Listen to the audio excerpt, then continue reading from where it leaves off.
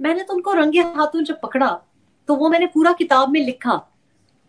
मैंने लिखा कि मैं नॉर्मल एक दिन है, मैं उनको कह रही हूँ कि हमारी एनिवर्सरी आ रही है 31 अक्टूबर को, मुझे कह रहा है मेरा शौहर तुम क्यों जा रही हो, मेरे सामने लाड से ड्रामा कर रहा है कि तुम्हें क्या जरूरत है जाने की, अब मैं क्या करूंगा, अब मैं अकेला लाहौर जाऊंगा। मैंने कहा जी पीटीआई वाले ऐसे भी उनको तकलीफ होती है, आप अकेले जाए कोई बात नहीं, आप सैटरडे को आ जाना, मेरी एनिवर्सरी है, मुझे सरप्राइज देना। अरे हंसते खेलते अच्छे माहौल में अच्छी तरह से रुखसत कर रहे हैं। जिंदगी में मुझको मतलब पूरे साल मुझे कोई खर्चा नहीं दिया, कोई जेवर नहीं दिया, कभी कोई पैसा नहीं दिया। उस दिन मैंने कहा कि ओ मैं फोन आपको कैसे करूंगी वहां जाके, मेरे पास तो सिम नहीं है फोन में। तो मैंने लूज पाउंड, क्योंकि वो भी आते जाते थे इंग्लैंड, मैंने कहा मेरे पास कोई पाउंड नहीं, मैं एयरपोर्ट से जाके सिम खरीदूंगी। तो मुझे मेरे शौहर ने, मुझे अफसोस भी हुआ क्योंकि वो नोट यूं ऐसे रोल किए हुए थे, नॉर्मल वो नोट नहीं थे।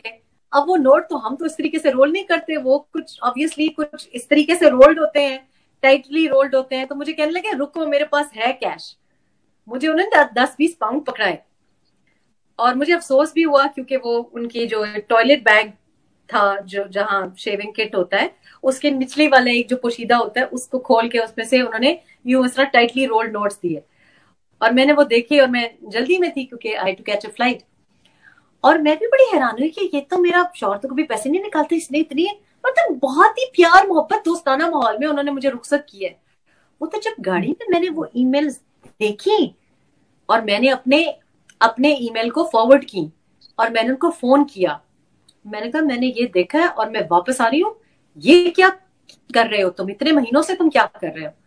और फिर वो बुज़दिल आदमी है, डर गया घबरा गया। मैं वापस आई तो मैंने उस दिन मेरी फ्लाइट मिस हो गई, मैं वापस आई। मैं तो इस बात के हक में थी, मैं तो ये सोचती थी कि मेरे शौहर को कोई खुदा ना खास्ता बेनजीर भुट्टो की तरह कोई शूट ना कर दे।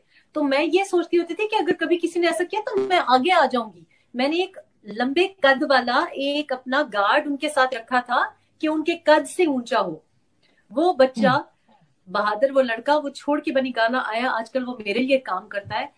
और बस उसकी किस्मत अच्छी थी। लेकिन हम तो उन लोग बीवियों में से हैं जो कि आयतल कुर्सियां पढ़ पढ़ के फूंकती हैं।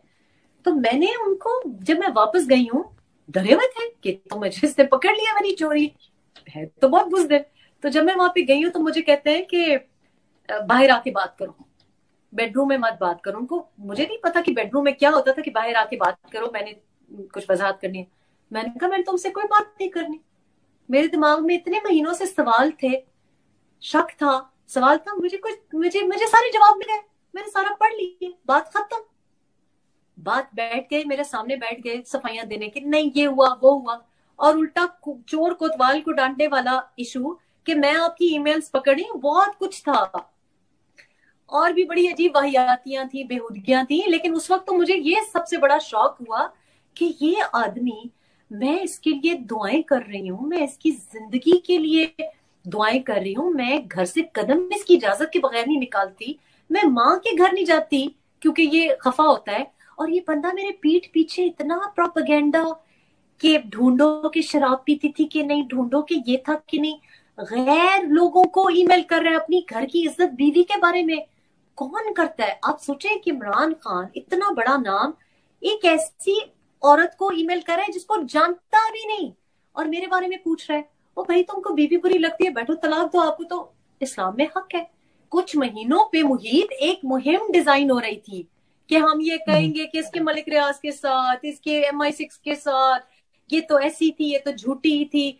लेकिन जिस चीज से मुझे बहुत तकलीफ हुई वो पहले शौहर के साथ मिलके कि तुम इसको झूठा साबित करना। मैंने जब वो ईमेल पढ़ी कि ये किस किस्म का आदमी है कि इसको मेरे पहले शौहर के साथ, जबकि इसको पता है कि मैंने कैसी जिंदगी, कितनी मुश्किल से मैंने अपने बच्चों को वहां से निकाला। तो बात तो ये नहीं है कि मैं जहांगीर तरीन को या बहनों को या ये जो ट्रोल्स करते हैं, ये जो भाड़े के इनके माउथ पीसेस हैं जिन्होंने मेरे बारे में क्या कुछ नहीं कहा, जिनको ये याद नहीं रहा कि उनके अपने घर भी उजड़ सकते हैं। और मैं देखती हूँ उनके साथ रोज क्या होता है। जब उन्होंने बैठ के किया, मैंने एक बंदे की बात माइंड नहीं की, मैंने बात माइंड की कि इस शख्स से तो मैं तो निकाह में थी इसके, इसने मेरे खिलाफ, घर की इज्जत के खिलाफ इतना एजेंडा किया। कौन करता है? लोग तो अपनी घर की इज्जत के लिए जान दे देते हैं, पर ये वो इंसान है जिसने अपनी बेटी को नहीं अपना सका, अपने खून को नहीं अपना सका, तो वो बीवी को कैसे अपनाता? वो बीवी को एजेंट बताना चाह रहा है, पहले शौहर के साथ मिलके एजेंडा कर रहा है कि मैं तलाक दूंगा, तुम ये कहना। कौन करता है ऐसा? मतलब इतनी नीच हरकत। तलाक से तो कोई एतराज नहीं है, आप तलाक दें, आप बंद कमरे में उसको गालियां दें, आप कहें मुझे तुम्हारी शक्ल से नफरत है। इतना इतना क्रुक, इतना बड़ा घटिया हरकत करना। जवाब दें मुझे, मेरे पास तो ईमेल्स पड़ी हैं, जवाब दें कि क्यों कर रहे थे। अपना ब्लैकबेरी, ये जो कहते हैं ना, मेरे हाथ में उन्होंने अपना ब्लैकबेरी दिया, नया ब्लैकबेरी दिया जिसपे ईमेल, मैंने तो नहीं खोली थी, मुझे तो नहीं पता था कि उसमें ईमेल्स है। मेरा शौहर मुझको अपना ब्लैकबेरी खुद दे रहा है। चोर जो होता है ना, वो अपनी चोरी से खुद पकड़ा जाता है। मैं नहीं तलाशियां ले रही थी, उन्होंने मेरे हाथ में खुद दिया, ये लो।